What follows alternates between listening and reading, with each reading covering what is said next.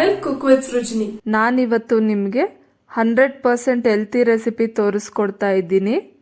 ಇದು ಆರೋಗ್ಯಕ್ಕೆ ತುಂಬಾನೇ ಒಳ್ಳೆಯದು ಮತ್ತು ಶುಗರ್ ಪೇಷಂಟ್ಸ್ಗೂ ಸಹ ಒಳ್ಳೆಯದು.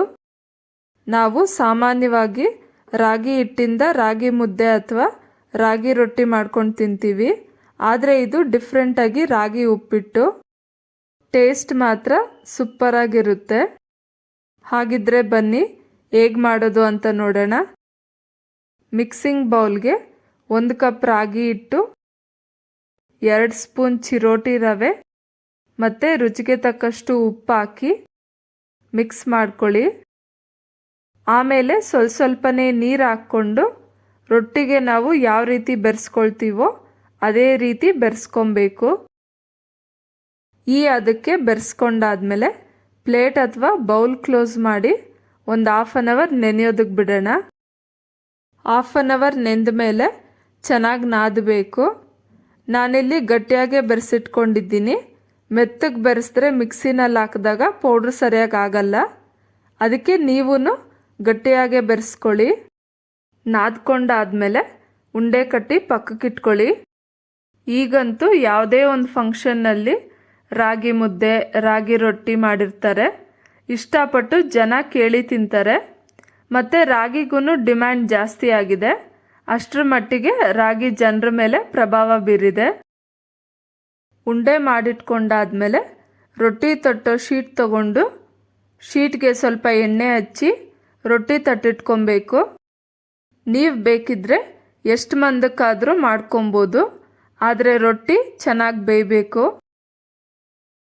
ರೊಟ್ಟಿ ತಟ್ಕೊಂಡಾದ್ಮೇಲೆ ಸ್ಟವ್ ಹಚ್ಚಿ ತವಾ ಇಟ್ಟು ಸ್ಟವ್ನ ಹೈ ಫ್ಲೇಮಲ್ಲಿ ಇಟ್ಕೊಂಡು ತವಾ ಕಾಯಿಸ್ಬೇಕು. ಈಗ ತಟ್ಟಿರೋ ರೊಟ್ಟಿನ ತವಾ ಮೇಲೆ ಹಾಕಿ ಲಿಡ್ ಕ್ಲೋಸ್ ಮಾಡಿ ಬೇಯಕ್ಕೆ ಬಿಡಬೇಕು. ಒಂದು ಕಡೆ ಬೆಂದಾದ್ಮೇಲೆ ಇನ್ನೊಂದು ಕಡೆ ತಿರುಗಿಸಿ ಮತ್ತೆ ಲಿಡ್ ಕ್ಲೋಸ್ ಮಾಡಿ ಬೇಯಿಸ್ಕೊಳ್ಳಿ. ರೊಟ್ಟಿ ಬೇಯಿಸ್ಬೇಕಾದ್ರೆ ಸ್ಟವ್ನ ಮೀಡಿಯಮ್ ಫ್ಲೇಮಲ್ಲಿಟ್ಟು ಬೇಯಿಸ್ಕೊಂಡ್ರೆ ಸಾಕು. ಲಿಡ್ ಓಪನ್ ಮಾಡಿ ಇನ್ನೊಂದು ಕಡೆ ತಿರುಗಿಸಿ ಎರಡೂ ಕಡೆ ಬೇಯಿಸ್ಕೊಂಡಾದ್ಮೇಲೆ ಒಂದು ಪ್ಲೇಟ್ಗೆ ತೆಗೆದಿಟ್ಕೊಂಡು ಅದೇ ರೀತಿ ಎಲ್ಲ ರೊಟ್ಟಿನೂ ಮಾಡಿಕೊಂಡು ಸ್ಟವ್ ಆಫ್ ಮಾಡಿ ರೊಟ್ಟಿನ ತಣ್ಣಗಾಗೋದಕ್ಕೆ ಬಿಡಿ. ಈ ರೊಟ್ಟಿಗೆ ಎಣ್ಣೆ ಹಾಕೋದೇನು ಬೇಡ.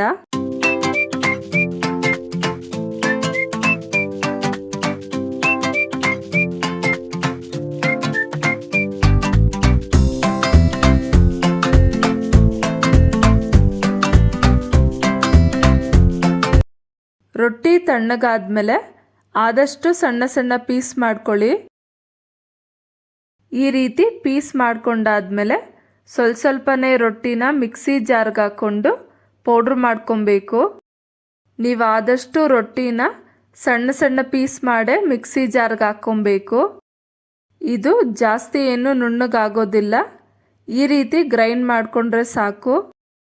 ಬೇಕಿದ್ರೆ ರಾಗಿ ಹಿಟ್ಟಿಗೆ ಒಂದು ಸ್ವಲ್ಪ ನೀರು ಚಿಮುಕಿಸಿ ಇಡ್ಲಿ ಪಾತ್ರೆಯಲ್ಲಿ ಸ್ಟೀಮಲ್ಲಿ ಬೇಯಿಸಿನೂ ಮಾಡ್ಬೋದು. ತುಂಬಾ ಚೆನ್ನಾಗಿರುತ್ತೆ. ಉಳಿದಿರೋ ರೊಟ್ಟಿನೂ ಮಿಕ್ಸಿ ಜಾರ್ಗೆ ಹಾಕಿ ಪೌಡ್ರ್ ಮಾಡಿ ಒಂದು ಬೌಲ್ಗೆ ತೆಗೆದಿಟ್ಕೊಳ್ಳಿ. ಈಗ ಸ್ಟವ್ ಹಚ್ಚಿ ಬಾಣಲಿ ಇಟ್ಟು ಬಾಣಲಿ ಕಾದ್ಮೇಲೆ 1 ಸ್ಪೂನ್ ಆಗೋಷ್ಟು ತುಪ್ಪ ಮತ್ತು 6-8 ಸ್ಪೂನ್ ಎಣ್ಣೆ ಹಾಕಿ ಎಣ್ಣೆ ಕಾದ್ಮೇಲೆ ಸಾಸಿವೆ ಜೀರಿಗೆ ಹಾಕಿ ಸಾಸಿವೆ ಸಿಡ್ದಾದ್ಮೇಲೆ ಕಡಲೆಬೇಳೆ ಮತ್ತು ಉದ್ದಿನಬೇಳೆ ಹಾಕ್ಕೊಂಡು ಅದು ಕೆಂಪಗಾಗೋವರೆಗೂ ಫ್ರೈ ಮಾಡಬೇಕು. ನಾನಿಲ್ಲಿ ತುಪ್ಪ ಯೂಸ್ ಮಾಡಿರೋದ್ರಿಂದ ನೊರೆ ಬರ್ತಾ ಇದೆ. ಕಡಲೆಬೇಳೆ ಉದ್ದಿನಬೇಳೆ ಕೆಂಪಗಾದ್ಮೇಲೆ ಕಟ್ ಮಾಡಿಟ್ಕೊಂಡಿರೋ 4 ಹಸಿಮೆಣಸಿನ್ಕಾಯಿ ಮತ್ತು ಒಂದು ಈರುಳ್ಳಿ ಹಾಕ್ಕೊಂಡು ಈರುಳ್ಳಿ ಗೋಲ್ಡನ್ ಬ್ರೌನ್ ಆಗೋವರೆಗೂ ಫ್ರೈ ಮಾಡ್ಕೊಳ್ಳಿ. ನಾವು ಯಾವಾಗಲೂ ಒಗ್ಗರಣೆ ಹಾಕಬೇಕಾದ್ರೆ ಸ್ಟವ್ನ ಸಿಮ್ಮಲ್ಲಿಟ್ಟೆ ಹಾಕಬೇಕು. ಈರುಳ್ಳಿ ಗೋಲ್ಡನ್ ಬ್ರೌನ್ ಆದಮೇಲೆ ಕರಿಬೇವು ಹಾಕಿ ಸ್ವಲ್ಪ ಹೊತ್ತು ಕೈ ಆಡಿಸಿ ಆಮೇಲೆ ಕಟ್ ಮಾಡಿಟ್ಕೊಂಡಿರೋ ಕೊತ್ತಂಬರಿ ಸೊಪ್ಪು ಹಾಕಿ ಈಗ ಗ್ರೈಂಡ್ ಮಾಡಿಟ್ಕೊಂಡಿರೋ ರಾಗಿ ರೊಟ್ಟಿನ ಹಾಕ್ಕೊಂಡು ನಿಧಾನಕ್ಕೆ ಎಲ್ಲನೂ ಚೆನ್ನಾಗಿ ಮಿಕ್ಸ್ ಮಾಡ್ಕೊಳ್ಳಿ.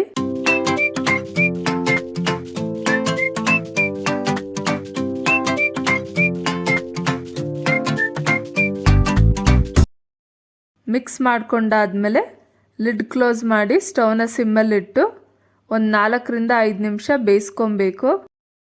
5 ನಿಮಿಷ ಬೇಯಿಸ್ಕೊಂಡಾದ್ಮೇಲೆ ಲಿಡ್ ಓಪನ್ ಮಾಡಿ ಉಪ್ಪು ಟೇಸ್ಟ್ ನೋಡಿ, ಬೇಕಿದ್ರೆ ಉಪ್ಪು ಹಾಕ್ಕೊಳ್ಳಿ. ನಾನು ಆಲ್ರೆಡಿ ರೊಟ್ಟಿಗೆ ಉಪ್ಪು ಹಾಕ್ಕೊಂಡಿರೋದ್ರಿಂದ ಇಲ್ಲಿ ಉಪ್ಪೇನೂ ಹಾಕಿಲ್ಲ. ಸ್ಟವ್ ಆಫ್ ಮಾಡಿ ತುರ್ಚಿಟ್ಕೊಂಡಿರೋ ಕೊಬ್ಬರಿ ಹಾಕ್ಕೊಂಡು ಮಿಕ್ಸ್ ಮಾಡ್ಕೊಳ್ಳಿ. ಈಗ ರಾಗಿ ಉಪ್ಪಿಟ್ಟು ರೆಡಿ ಆಗಿದೆ. ನೋಡಿದ್ರಲ್ಲ ಫ್ರೆಂಡ್ಸ್, ನೀವು ಒಂದ್ಸಲ ಟ್ರೈ ಮಾಡಿ ನೋಡಿ, ಹೇಗ್ ಬಂತು ಅಂತ ಕಮೆಂಟ್ ಸೆಕ್ಷನ್ ಅಲ್ಲಿ ಶೇರ್ ಮಾಡಿ. ಮತ್ತೆ ಈ ವಿಡಿಯೋ ನಿಮ್ಗೆ ಇಷ್ಟ ಆದ್ರೆ ಲೈಕ್ ಮಾಡಿ, ಶೇರ್ ಮಾಡಿ, ಪ್ಲೀಸ್ ನನ್ನ ಚಾನೆಲ್ಗೆ ಸಬ್ಸ್ಕ್ರೈಬ್ ಮಾಡಿ. ಮತ್ತೆ ನಾನು ಇನ್ನೊಂದು ರೆಸಿಪಿ ಜೊತೆ ನಿಮ್ ಮುಂದೆ ಸಿಗ್ತೀನಿ. ಅಂಟಿಲ್ ದೆನ್ ಬಾಯ್.